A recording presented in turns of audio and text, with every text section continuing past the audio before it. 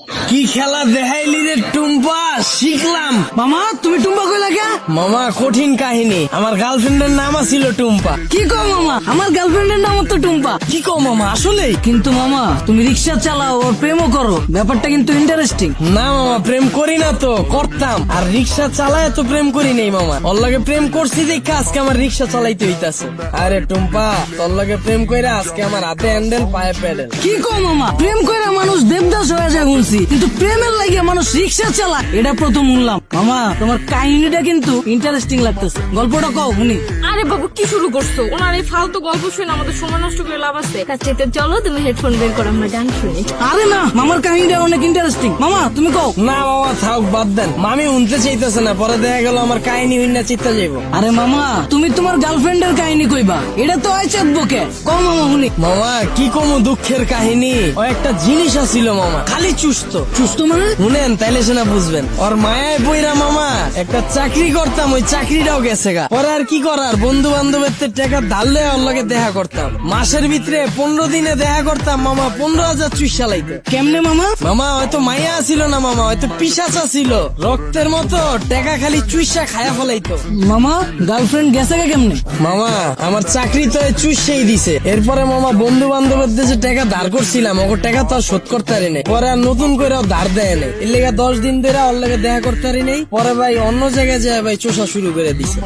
পরে আর কি মামা, 1 বছরে 10 লাখ টাকা চুইসা দিছে। পরে এই 10 লাখ টাকা শোধ করার লেগে মামা এই যে রিক্সা চালাই না শুরু করলাম। মামা তোমার কপালটা আসলে খারাপ আছিল, কিন্তু মামা আমার কপাল কিন্তু চান কপাল। গার্লফ্রেন্ড আমার অনেক ভালোবাসে। আর মামা আমিও কিন্তু আমার বন্ধুদের থেকে টাকা ধার লয়া আর লয়া ঘুরি, কিন্তু মামা ভালোবাসার কাছে টাকা পয়সা আসলে তুচ্ছ জিনিস। কি কও জান? মামা আপনার লেগে দোয়া করি মামা, খালি জীবনে একটাই আফসোস, যারে আম খাওয়া শিখাইলাম এখন আর আম খায় না মামা, আপেল খুঁজে। আর 2 দিন পর পর নতুন বয়ফ্রেন্ড লয়ে আমার রিক্সায় উঠে। কি কও মামা, তোমার গার্লফ্রেন্ড তোমার চুষা তোমার রিক্সায় উঠে আবার বয়ফ্রেন্ড লয়া? মামা আমি যদি তোমার জায়গায় হইতাম তাইলে দুইটারে দুই গেলে ঠাড়া বইরা দিতাম। কি কো মামা, আসলেই? হ্যাঁ, তুমি দরকার হইলে আমার নাম্বার লয়ে লও, অগরে যখন পাইবা আমার নাম্বারে কল দিবা। দরকার হইলে আমি আইসা অগরে থাবড়ে যাম। হিলো থামাইছো কে? আয় পড়ছি তো মামা, নামেন। ও আয় বলছো কত দিমু? কিরা তুই আমার মালিকা? মামা আপনিই তো কইলেন পাইলেই কানের নিচে বাজায় দিতে। আমারে হাতে হ্যান্ডেল পায়ে প্যাডেল যে পরাইছে ওই জিনিসই তো এটাই তো এখন আপনার কপালে জুটছে। আর আপনি কইলেন না হেল্পার রে দেখা উঠতে চায় না এই বাসে, ওই হেল্পারও আমার মতোই চাকরি করতো, ওরে চুইসা হেল্পার বানায় দিছে, এরপর আপনারা ধরছে। যাক মামা সাবধানে থাকেন, আমার ভাড়াটা দিয়ে দেন।